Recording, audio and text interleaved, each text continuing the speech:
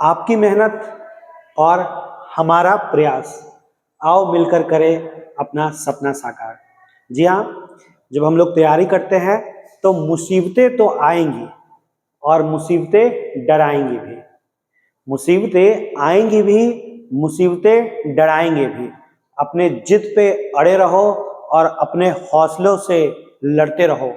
निश्चित तौर पर आपको एक दिन अपनी मंजिल मिलेगी। तो चलिए, आज भी हम लोग एक नए सेशन की शुरुआत करेंगे, स्टैटिक जीके का सेशन। और ये सेशन काफी इंपॉर्टेंट होते जा रहा है क्योंकि अधिकतर परीक्षाओं में इससे 10, 12, 15 क्वेश्चन तक मिल रहा है। तो आप इस सभी वीडियो को जब देखते हो तो अच्छे से नोट डाउन करो, और नोट डाउन करते करते इसका जो है एक्स्ट्रा फैक्ट्स जो भी आता है उसको हमेशा याद रखो। ये आपके परीक्षाओं के लिए बहुत ज्यादा इंपॉर्टेंट है, क्योंकि आप लोग ही बच्चे हमेशा कमेंट्स करते हो कि सर इस एग्जाम में इतना क्वेश्चन मिला, और मैं उसी आधार पर बोल रहा हूं, क्योंकि हमारा तो प्रयास होता है। आपकी सफलता केवल आपके मेहनत पर ही निर्भर करती है, और जो बच्चे मेहनत करते हैं उन्हें पता होता है कि कहां से कितने प्रश्न मैच कर रहे हैं। तो बहुत सारे बच्चे रिव्यू देते हैं, कमेंट्स करते हैं कि सर इससे बहुत इंपॉर्टेंट क्वेश्चन एग्जामिनेशन में लड़ जाता है हम लोग का। तो थैंक यू उन सभी बच्चों के लिए, क्योंकि आप सपोर्ट करते हो, आपका प्यार हम लोग को मिलता है, जिसके कारण हम लोग जो है और मेहनत करते हैं और हमेशा कोशिश करते ही रहते हैं कि और इम्प्रूवमेंट। क्योंकि जिस प्रकार आप ना डरते हो कि मेहनत हो नहीं पाता है, वैसे ही हम लोग का ऑफलाइन क्लासेस के अलावा भी क्या होता है कि वीडियो हम लोग कोशिश करते हैं, लेकिन कभी असाइनमेंट वर्क होता है, कभी टेस्ट वर्क होता है, कभी जो है बहुत सारा वर्क होता है, जिसके कारण हम लोग कभी कभी बीच बीच में हम लोग का वीडियो छूट जाता है। लेकिन हम लोग भी आपके प्यार और आपके मेहनत को देखते हुए हम लोग भी हमेशा सोचते हैं कि वीडियो हम लोग का लगातार आते रहे। तो हम लोग भी एक नई वीडियो की शुरुआत करते हैं सालू मिस के साथ। मिस, आप यहाँ आए और एक इंपॉर्टेंट वीडियो की शुरुआत करें। तो चलिए शुरू करते हैं आज का सेशन नंबर 103 हो जाएगा ये, ठीक ना? इसको कर लीजिएगा 103 नंबर का सेशन, ठीक ना? वैसे 102 लिखा हुआ था, 103 नंबर का सेशन है। 102 कल अपलोड हो चुका था। आते हैं क्वेश्चन नंबर फर्स्ट पर। देखिएगा क्वेश्चन नंबर फर्स्ट क्या बोल रहा है। पेरिस ओलंपिक 2024 में भारत पदक तालिका में कौन से स्थान पे रहा था? देखो ये क्वेश्चन एक दिन और लिए थे, और ये क्वेश्चन आपको वीक में एक आध दिन मिलते ही रहेगा। रीजन है क्योंकि अभी जो भी एग्जाम आने वाला है, इस साल होगा या अगले साल होगा, तो उसमें ओलंपिक से क्वेश्चन बनेगा ही बनेगा। जैसे टोक्यो ओलंपिक का लीजिएगा, इसका सालों साल क्वेश्चन बनते रहा था, और अब आपका पेरिस ओलंपिक जो हुआ है तो इससे भी लगातार आने वाले एग्जाम में क्वेश्चन बनेगा। तो हम लोग वीक में अगर एक दिन भी ये क्वेश्चन ले लेंगे ना, तो इसके बारे में फैक्ट्स देख लेंगे। चलिए देखते हैं बात पेरिस ओलंपिक के बारे में। पहले तो आ जाओ कि पेरिस ये कहाँ का एक शहर है? फ्रांस का एक शहर है। इस बार का जो ओलंपिक हुआ था ये कितने नंबर का था? तो इस बार का जो ओलंपिक था ये 33वें नंबर का था, ठीक ना? ये कितने नंबर का था? ये था आपका 33वें नंबर का। कब से कब तक चला था? तो 26 जुलाई को शुरू हुआ था और 11 अगस्त को खत्म हुआ था। इसमें कितने भारतीय प्लेयर ने भाग लिया था? तो भारतीय प्लेयर ने इसमें 117 भारतीय प्लेयर ने भाग लिया था। सवाल ये भी बनता है कि पेरिस ओलंपिक या फिर ओलंपिक का जो भी हो, इसका शुभंकर से क्वेश्चन आता है, मैस्कट से क्वेश्चन आता है। तो सवाल ये बनता है कि पेरिस ओलंपिक का जो मैस्कट था या हिंदी में क्या हो, शुभंकर। शुभंकर क्या था? तो ये था आपका फ्रीजियन टोपी, ठीक है? क्या हो जाएगा इसका शुभंकर? तो ये हो जाएगा आपका फ्रीजियन टोपी। और अगर आपसे पूछ लेता है कि आदर्श वाक्य क्या हो जाएगा, तो ये हो जाएगा गेम वाइड ओपन, ठीक है? क्या हो जाएगा आदर्श वाक्य? गेम वाइड ओपन, ठीक है? ये क्या हो जाएगा? तो ये हो जाएगा आपका आदर्श वाक्य। ये हो गया अपना। अच्छा, एक चीज सवाल ये बनेगा कि क्या पेरिस में पहली बार ओलंपिक का आयोजन हो रहा था? जी नहीं, पेरिस जो है इस बार लगा करके 3 बार आयोजन कर चुका है। इसके पहले कब कब किया था? तो एक बार 1900 ईस्वी में किया था, फिर आपका 1924 में किया, और अब जाकर के कब किया है? 2024 में। तो पेरिस जो है ये 3 बार ओलंपिक का आयोजन कर चुका है। चलो अब हम लोग आते हैं सवाल पे। सवाल आपसे पूछा था कि भारत जो है कितनी बार ओलंपिक का मेडल जीत, भारत कितने, हाँ, पदक तालिका में मतलब कितने नंबर के रैंक पे रहा है? तो हम लोग पिछले वीडियो में भी देखे थे कितने नंबर के रैंक पे था? 71 नंबर के रैंक पे था। कितने मेडल के साथ था? तो चलो मेडल देख लेते हैं। फर्स्ट नंबर पे कौन था? तो ये था आपका यूएसए। कितना मेडल था इसका? 40, 44 और आपका 42, इतना ही मेडल था ना। और हम लोग को पता है कि पहला वाला किसको रिप्रेजेंट कर रहा है? Gold, silver, then bronze. उसके बाद फिर आते हैं चाइना। चाइना में क्या हो जाएगा? तो 40 हो जाएगा, 27 हो जाएगा और आपका 24 हो जाएगा। फिर नंबर थर्ड पे था आपका जापान, और जापान का कितना था, तो इसका था 20, 12, 13। बाकी आप ऐड कर लेना, क्योंकि एग्जाम में कभी कभी क्या करता है ना कि नंबरिंग भी पूछ लेता है कि किसने कितना मेडल जीता था। भारत में आते हैं तो इंडिया कितने मेडल जीता था, तो इंडिया एक भी गोल्ड नहीं जीता, एक सिल्वर जीता, और 5 जो है आपका 5 ब्रॉन्ज जीता था। चलो थोड़ा सा यहाँ पे और डीपर में जाते हैं। तो अगर बात करें कि सिल्वर कौन जीता था, तो सिल्वर जीते थे नीरज चोपड़ा। और पिछले बार जो टोक्यो ओलंपिक हुआ था ना, उसमें नीरज चोपड़ा भाला फेंक में, जैवलिन थ्रो में कौन सा मेडल लेकर के आए थे, गोल्ड मेडल लेकर के आए थे। लेकिन इस बार थोड़ा सा के लिए चुक गए, और पाकिस्तान का जो प्लेयर था वो गोल्ड मेडल जीत लिया। और जो नीरज चोपड़ा थे, ये कौन सा मेडल जीते, तो ये जीते आपको कौन सा, सिल्वर मेडल। और कितना दूरी तक फेंके थे, तो 89 पॉइंट, देखिएगा 89.45 मीटर तक ये अपना भाला इतने दूर तक फेंके थे, इससे इन्होंने सिल्वर मेडल लेकर के आया। बात करें ब्रॉन्ज के बारे में, तो देखिएगा ब्रॉन्ज जो है आपका कौन कौन लेकर के आया। तो सबसे पहले जो सबसे पहला जो मेडल लेके आई थी मनु भाकर, है ना, मनु भाकर, इन्होंने 2 मेडल लाया। तो ब्रॉन्ज में पहले तो हो जाएगा कि मनु भाकर के द्वारा जो है आपका 2 मेडल लाया गया, एक पुरुष हॉकी टीम के द्वारा लाया गया, पुरुष हॉकी टीम के द्वारा, और एक लाया गया आपका, देखिएगा यहाँ पे एक स्वप्निल करके एक व्यक्ति थे, ठीक है। 2 में हो जाएंगे मनु भाकर, एक हो जाएगा आपका स्वप्निल कुसाले, और एक हो जाएगा आपका अमन सहरावत। स्वप्निल कुशाले और एक हो जाएगा अमन सहरावत सहरावत, ठीक है। ये रहा अपना ब्रॉन्ज मेडल का। ये किस चीज से संबंधित है, तो ये संबंधित है रेसलर से, ये संबंधित है शूटिंग से। पुरुष हॉकी टीम तो हॉकी से हो गया, और मनु भाकर भी हैं, ये भी किससे संबंधित है, ये भी संबंधित है शूटिंग से। तो इस चीज को याद रखिएगा। आंसर क्या हो जाएगा, 71वें नंबर का। आपसे सवाल है, आप बताइएगा कि हमारा पड़ोसी देश पाकिस्तान के कितना रैंक रहा था, पाकिस्तान कितने नंबर के रैंक पे था। नेक्स्ट में आते हैं, भारतीय वन अनुसंधान संस्थान कहाँ स्थित है।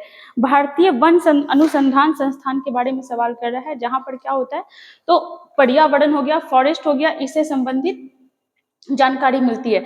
तो इसका आंसर क्या हो जाएगा, ऑप्शन नंबर ए, देहरादून कहाँ का एक शहर है, तो ये हो जाएगा आपका उत्तराखंड का। बात करें तो उत्तराखंड की 2 राजधानी है, ठीक है। उत्तराखंड की 2 राजधानी है कौन कौन, तो एक तो यही हो जाएगा, एक तो हो जाएगा आपका गैरसिन, ठीक है, और एक हो जाएगा आपका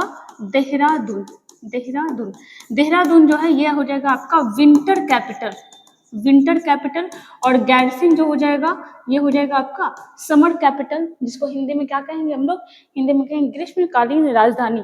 आंसर क्या हो गया, तो ये हो गया आपका देहरादून। जयपुर के बारे में देखें तो इसे ही पिंक सिटी या गुलाबी शहर कहा जाता है, पिंक सिटी। जयपुर का निर्माण कौन करवाया था, यह स्थापना कौन करवाया था, तो ये हो जाएगा सवाई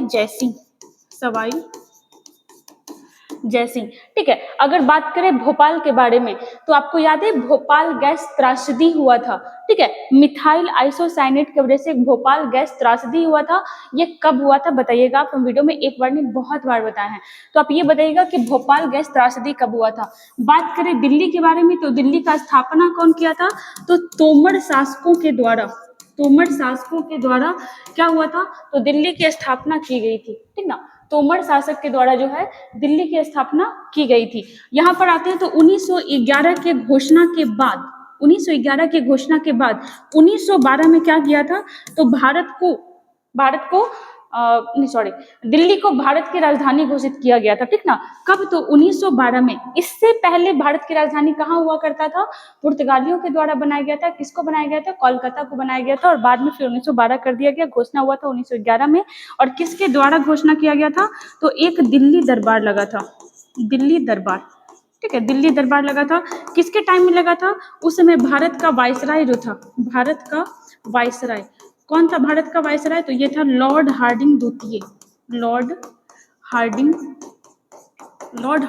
इसके द्वारा लगाया गया था। और इसमें किसके द्वारा घोषणा किया गया था, तो देखिएगा जॉर्ज पंचम के द्वारा घोषणा किया गया था, ठीक ना। चलो आते हैं आगे, क्वेश्चन नंबर 3 को देखना।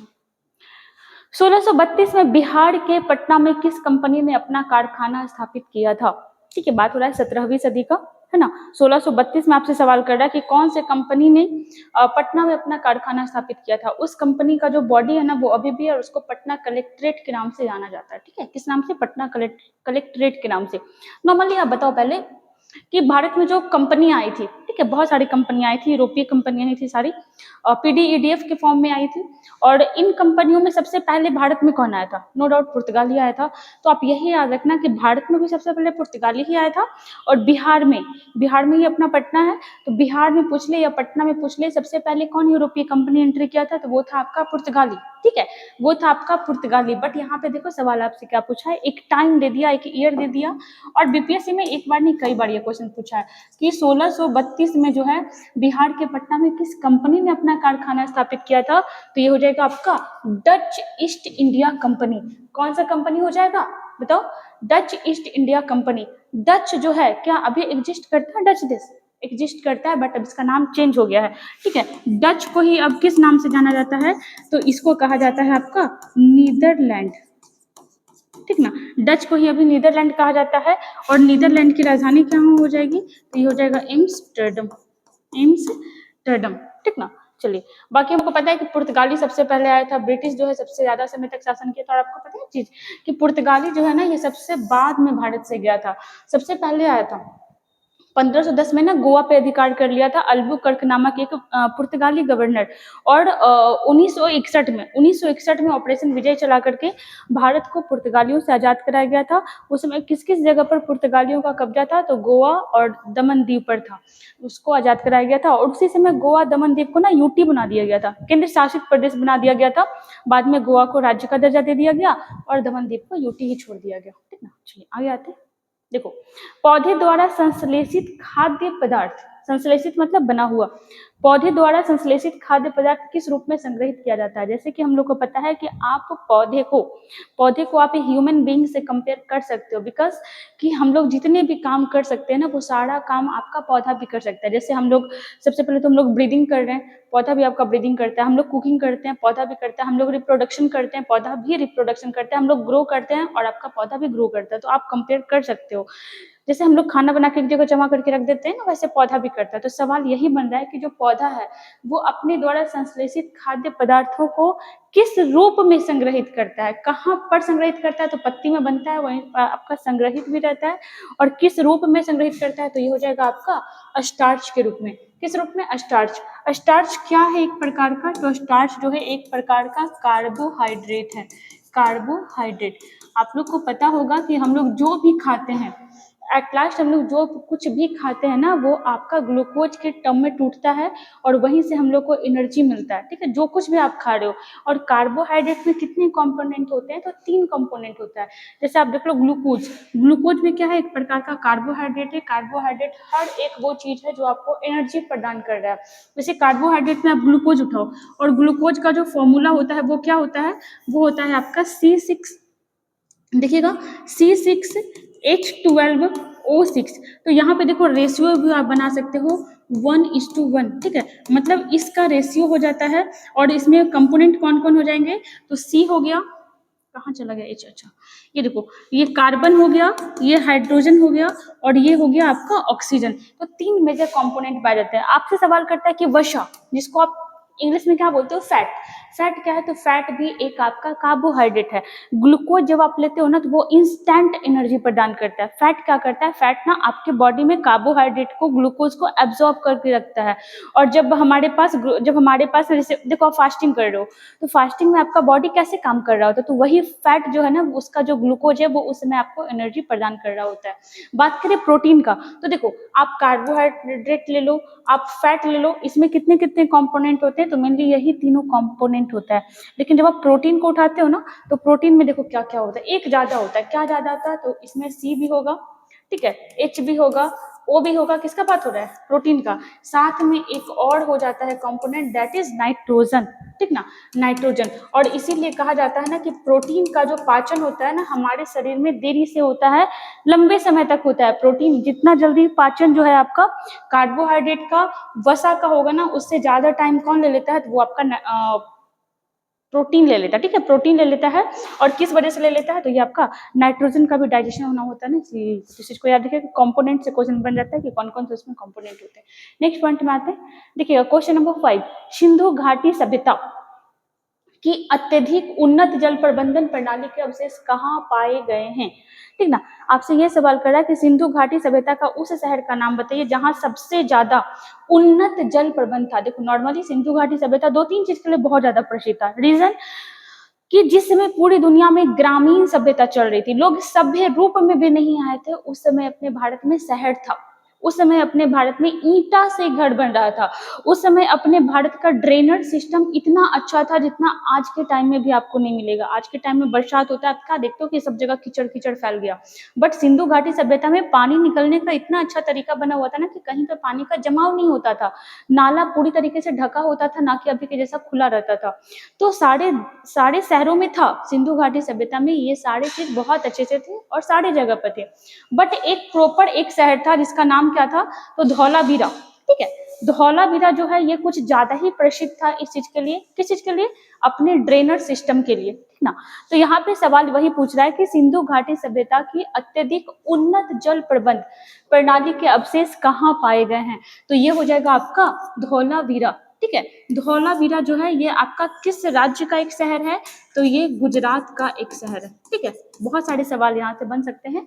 गुजरात का एक शहर है। धौलावीरा शहर को सिंधु घाटी सभ्यता के रूप में रिकॉग्नाइज कौन और कब किया, तो 1967-68 में, 1967-68 में दो व्यक्ति था, एक थे जेपी जोशी और एक थे आर एस बिस्ट। इन्होंने ही धौलावीरा के बारे में अच्छा खासा जानकारी कलेक्ट किया और ये बताया कि सिंधु घाटी सभ्यता में जितने भी शहर थे उन शहरों में धौलावीरा का स्थिति जो था वो काफी बढ़िया था, काफी अच्छा था। अगर और भी देखें तो धौलावीरा को जो है आपका, इसको यूनेस्को में भी शामिल किया गया है। धौलावीरा को जो है इसको यूनेस्को में भी शामिल किया गया और ये यूनेस्को का कितने नंबर का साइट बना था, तो ये यूनेस्को का 40वें नंबर का साइट बना था, ठीक है। ये जो है यूनेस्को का कितने नंबर का साइट बना था, 40वें नंबर का। और कब बना था, 2021 में बना था, ठीक ना। कब बना था, 2021 में। और देखो एक चीज फैक्ट क्या हो जाएगा ना कि पूरे सिंधु घाटी सभ्यता का एकमात्र ऐसा शहर जो आपका यूनेस्को में शामिल है वो कौन सा हो जाएगा, वो हो जाएगा आपका धौलावीरा, गुजरात में स्थित है। एक चीज और याद रखिएगा कि धौलावीरा से ना आपका स्टेडियम का भी साक्ष्य मिला है। अब स्टेडियम था नहीं था, क्योंकि आपको पता है कि सिंधु घाटी सभ्यता के शिलालेखों को, अभिलेखों को, उसके लिपियों को अभी तक अच्छे से पढ़ा नहीं गया, तो जो है हम लोग अंदाजा ही लगा पा रहे हैं। तो धौलावीरा में कहा जाता है ना कि एक स्टेडियम का भी साक्ष्य मिला था, ठीक है, स्टेडियम का। और ये भी कहा गया ना कि 10 बड़े बड़े अक्षरों के शिलालेख भी कहाँ से मिले हैं, तो ये आपका धौलावीरा से मिला। इतना फैक्ट आप याद रखोगे। चलो थोड़ा सा और यहाँ पे देख लेते हैं। जैसे अगर बात करें कालीबंगा, तो ये भी सिंधु घाटी सभ्यता का ही एक शहर है। किस राज्य में एग्जिस्ट करता है, तो ये हो जाएगा आपका राजस्थान में, ठीक है। लोथल के बारे में बात करें तो गुजरात। और लोथल से सबसे ज्यादा जो क्वेश्चन बनता है ना, बनता है कि किस नदी के किनारे है। लोथल जो है भोगवा नदी के किनारे है, ठीक ना। किस नदी के किनारे है, भोगवा नदी के किनारे। और एक चीज और था, क्या था, तो यहाँ पे ये दिखना कि नॉर्मली आप देखो कि हमारे घर का जो दरवाजा होता है वो किधर की ओर खुलता है, सड़क की ओर खुलता है। बट सिंधु घाटी सभ्यता का जितना भी घर था ना, सबके घर में दरवाजा जो था सड़क की ओर ना खुल करके किधर की ओर खुलता था, पीछे की ओर खुलता था। एकमात्र शहर लोथल ही था जहां जो मेन डोर था ना वो सड़क की ओर खुलता था। बाकी और क्वेश्चन हम लोग लेते रहेंगे, देखते रहेंगे। आंसर क्या हो जाएगा, धौलावीरा। आपसे एक सवाल है यहाँ पे, आप ये बताना कि पूरी सिंधु घाटी सभ्यता जो है शहर के लिए प्रसिद्ध था, लेकिन सिंधु घाटी सभ्यता में भी एक शहर ऐसा था जो ग्रामीण टाइप का था, ठीक है, जो अनडेवलप था, जो बिल्कुल भी डेवलप नहीं था। आप उस शहर का नाम बताइएगा कि वो शहर कौन था। आपको हिंट्स दे दिया जा रहा है कि वो आपका पाकिस्तान में बसता है, पाकिस्तान में एग्जिस्ट करता है। चलिए आते हैं क्वेश्चन नंबर 6 पर। देखिएगा 6 क्या बोल रहा है, स्वच्छ भारत मिशन की शुरुआत कब की गई थी। स्वच्छ भारत मिशन, आपको याद आ रहा है इसका लोगो? इसका लोगो पे क्या होता था ना कि गांधी जी का चश्मा रहता था और उसमें लिखा हुआ रहता था स्वच्छ भारत मिशन। तो अगर आपको इतना लोगो भी याद रहेगा ना तो आप शायद इसका बना लोगे। लेकिन देखो यहाँ भी कंफ्यूजन होगा, ऑप्शन में 2 अक्टूबर दे रहा है, लेकिन 2 अक्टूबर के साथ 2 ईयर दे रहा है, ठीक ना। तो देखो इसका आंसर क्या हो जाएगा, 2 अक्टूबर 2014 या 2 अक्टूबर 2015। आते हैं, इसका आंसर हो जाएगा ऑप्शन नंबर बी, ठीक ठीक ना। 2 अक्टूबर 2014 को प्रधानमंत्री मोदी के द्वारा कहाँ से, तो दिल्ली के राजघाट से, दिल्ली के राजघाट से इस योजना को शुरू किया गया। मिशन क्या था, भारत को स्वच्छ बनाना है, भारत को साफ बनाना है। लेकिन एक चीज याद रखिएगा, जब तक हम और आप जैसे लोग देश को स्वच्छ और साफ नहीं बनाना चाहेंगे, तब तक देश में कोई भी मिशन, कोई भी योजना चलाई जाए, कभी भी स्वच्छ नहीं हो सकता। जैसे आप देखो मध्य प्रदेश का एक शहर इंदौर के बारे में देखो कि लगातार 7वीं बार वो स्वच्छ होने का खिताब पाया। तो थोड़ी ना कि वहाँ का सरकार स्वच्छ कर रहा है, वहाँ का आम जनता उसको स्वच्छ कर रहा है। तो मिशन चलाने से कुछ नहीं होगा। आप अभी भी देख लो कि स्वच्छ भारत मिशन चलाया जा रहा है, लेकिन हर जगह जहाँ देखो थूका हुआ है, गंदगी फैला हुआ है। तो हम लोग को डेवलप होना होगा, तभी जाकर के भारत साफ होगा। खैर आगे आते हैं।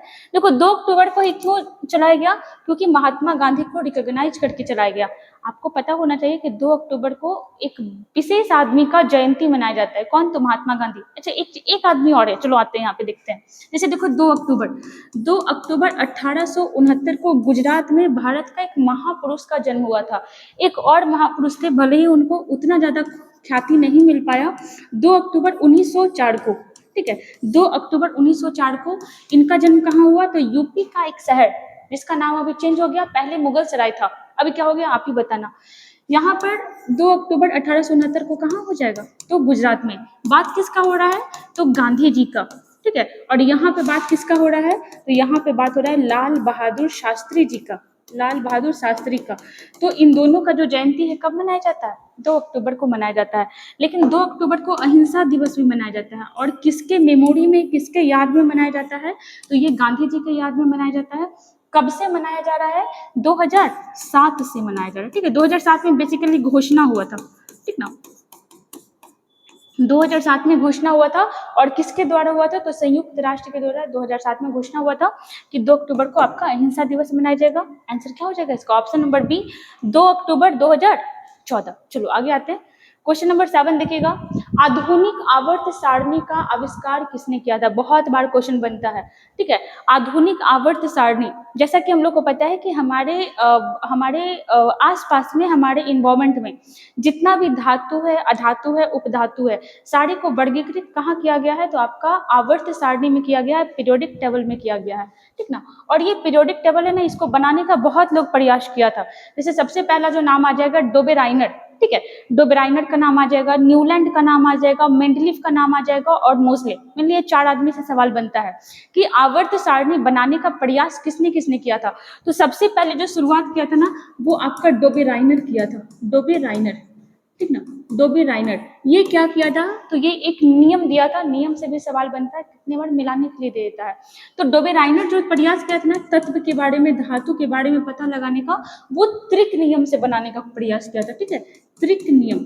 उसके बाद इसका जो नियम था वो कुछ ज्यादा फेमस नहीं हुआ। फेमस कहने का मतलब होगा कि सही भी नहीं हुआ, कुछ दूर तक इसका कॉन्सेप्ट फॉलो हुआ, और आगे जाने के बाद इसका कॉन्सेप्ट फॉलो नहीं होने लगा, तो वहां पे इसको गलत साबित कर दिया गया। उसके बाद फिर एक और व्यक्ति आता है जिसका नाम है न्यूलैंड, ठीक है। ये कौन सा नियम दिया था, तो ये नियम दिया था अष्टक नियम, ठीक ना, अष्टक नियम। यहाँ पे देखिएगा ये कौन सा नियम दिया था, ये दिया था अष्टक नियम। इसका भी जो नियम था ना, आगे जाकर के फॉलो नहीं हो पा रहा था, इसलिए इसके भी कॉन्सेप्ट को, इसके भी थ्योरी को गलत बताया गया। और इसके समय तक पूरे इन्वायरमेंट में कितने तत्व का खोज हो गया था, 56। उसके बाद फिर आते हैं आपके, कौन आते हैं, तो ये आते हैं मेंडलीफ साहब, मेंडलीफ, ठीक है। इन्होंने भी आपका आवर्त सारणी दिया, और इनके समय में कितने तत्व खोजे जा चुके थे, इनके समय में आपका 63 तत्व खोजा जा चुका था। लेकिन ये सारे के सारे जो तत्व, धातु, अधातु, उपधातु, कुछ भी कह लो आप, इसका जो खोज कर रहे थे ना, ये सारे के सारे परमाणु बाहर पर कर रहे थे, और इसीलिए इनका कॉन्सेप्ट क्लियर नहीं हो पा रहा था। आगे जाकर के जो मोजले आया, ठीक है, आगे जाकर के जो आपका मोजले आया, इसने परमाणु संख्या पर आवर्त सारणी का निर्माण करने का प्रयास किया, और इसके समय में ये कार्य जो इस समय से अटकते आ रहा था, इसके समय में फाइनली हो गया। और इसके समय टोटल कितना तत्व का खोज हो चुका था, 118। अभी भी आपसे सवाल करता है कि धातु कह लो, उपधातु कह लो, या अधातु कह लो, या नेचुरल कह लो, या फिर आपका कृत्रिम कह लो, है ना, मानव निर्मित कह लो। अभी तक टोटल कितने धातु, अधातु हैं आपके पास आवर्त सारणी में, तो ये हो जाएगा आपका 18, ठीक ना। तो ये सब चीज पे याद रखिएगा। सवाल बनता है कि न्यूलैंड के समय कितने तत्व थे, मेंडलीव के समय कितने थे तत्व थे, और अभी कितने हैं 118। मोस्टली जो है ये आपका परमाणु संख्या को आधार बनाया, बाकी सब क्या कर रहा था, तो परमाणु भार को आधार बना रहा था, ठीक ना। चलिए आगे आते हैं, तो देख लो इसका आंसर क्या होगा। पहले तो आते हैं सवाल भी क्या था। आधुनिक आवर्त सारणी का आविष्कार किसने किया था, तो ये हो जाएगा आपका हेनरी मोजली, ठीक है। अच्छा एक चीज और देखो कि यहाँ पे आवर्त सारणी में ये जो आप खड़ी लाइन देख रहे हो ना इस टाइप से, इसको क्या कहा जाता है, इसको कहा जाता है वर्ग, ठीक है। आवर्त सारणी में ये जो आप इस टाइप का लाइन देख रहे हो इसको कहा जाता है वर्ग, और इसको क्या कहा जाता है, इसको आवर्त कहा जाता है।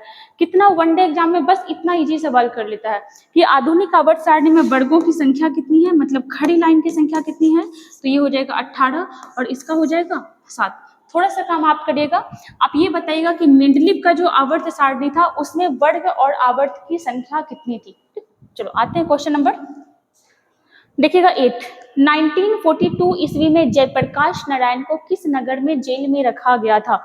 आई थिंक कल भी क्वेश्चन आया था जयप्रकाश नारायण से। जयप्रकाश नारायण को उनके बारे में हम लोग पढ़े थे ना 1942 का ईस्वी, आप समझ पा रहे हो। इस समय एक आंदोलन चल रहा था, भारत छोड़ो आंदोलन, क्विट इंडिया मूवमेंट। इस समय क्या हुआ था ना, 8 अगस्त को शुरू होने वाला था। कई जगह आपको 8 अगस्त का भी डेट मिलेगा, कई जगह 9 अगस्त का भी मिलेगा। तो मेनली क्या हुआ ना अंग्रेज सरकार के द्वारा कि जैसे ही मूवमेंट शुरू होने वाला था अगले दिन, तो जितने भी बड़े बड़े कांग्रेसी नेता या नन कांग्रेसी नेता सबको पकड़ के नजरबंद कर दिया गया। जैसे आप पढ़े होंगे आप गांधी जी के बारे में, उनको आगा खां पैलेस में नजरबंद कर दिया गया। और जयप्रकाश नारायण थे, इनको कहाँ बंद कर दिया गया, तो इनको हजारीबाग के एक जेल में बंद कर दिया गया। अपने डॉक्टर राजेंद्र प्रसाद, इनको पटना में बंद कर दिया गया। तो सारे बड़े बड़े नेता को जेल में बंद कर दिया गया, नजरबंद कर दिया गया, ताकि आंदोलन पहले ही दब जाए। लेकिन पता था कि अब भारतीय उग्र हो चुके थे और डू और डाई का नारा आ चुका था, या तो करो या फिर मरो।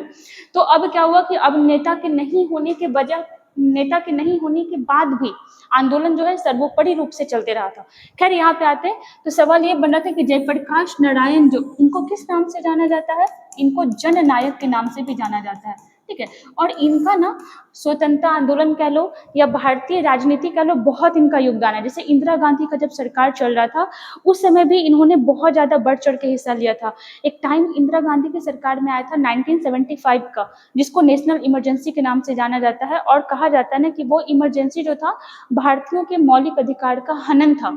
तो उसमें भी इन्होंने कांग्रेस का काफी विरोध किया था। इट मीन्स कि इंदिरा गांधी का काफी विरोध किया गया था। लोक सेवा के लिए इनको रैमन मैग्सेसे अवार्ड भी मिला था। और एक सवाल और बनता है कि क्या इनको भारत रत्न मिला था, तो जी हाँ मिला था, 1999 में मिला था। लेकिन मरणोपरांत मिला था, मतलब इनकी मृत्यु के बाद मिला था। ये सारा चर्चा कल भी हुआ था। यहाँ पे देखना 1942 में इनको किस जेल में रखा गया था, तो ये हो जाएगा आपका हजारीबाग। और हजारीबाग कहाँ पड़ता है, तो ये झारखंड का एक जिला है, ठीक है, झारखंड का एक जगह पड़ता है। अगर बात करें कि झारखंड में कितने जिले हैं, तो झारखंड में अभी करंट में कितने जिले हैं, तो यहाँ पे आपके 24 जिले हैं। झारखंड का सीएम कौन है, तो हेमंत सोरेन हो जाएगा।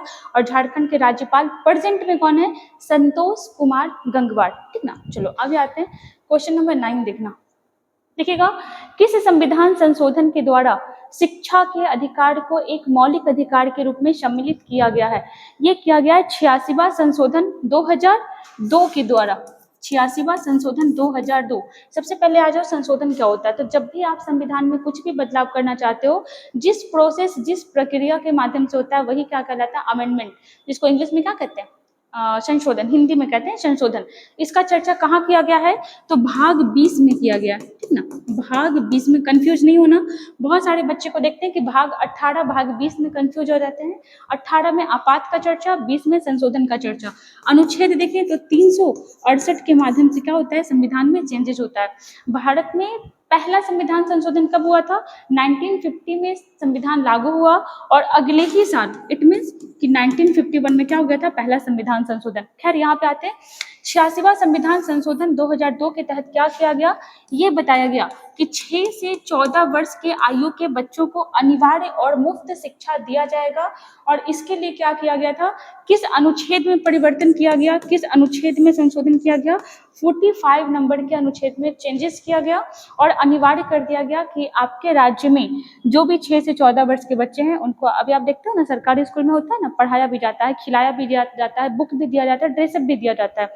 तो ये सारा का सारा किसका परिणाम है? 86वां संविधान संशोधन 2002 के माध्यम से, ठीक ना। ये लागू कब हुआ था? तो लागू आपका हुआ था आगे जाकर के अप्रैल 2010 में, अप्रैल 2010 में ये प्रॉपर लागू हो गया था संशोधन के माध्यम से। चलिए आगे आते हैं, क्वेश्चन नंबर 10 देखिएगा। देखिएगा, निम्नलिखित में से बिहार का कौन सा जिला नेपाल के साथ सीमा साझा नहीं करता है? बिहार का कौन सा जिला? देखो बिहार का अगर आप बाउंड्री देखते हो ना, तो 3 राज्य से कवर करता है और एक आपका देश से कवर करता है। कैसे कैसे? तो यहाँ पे जब आप देखते हो दक्षिण साइड में, यहाँ पे झारखंड के साथ कवर कर रहा है।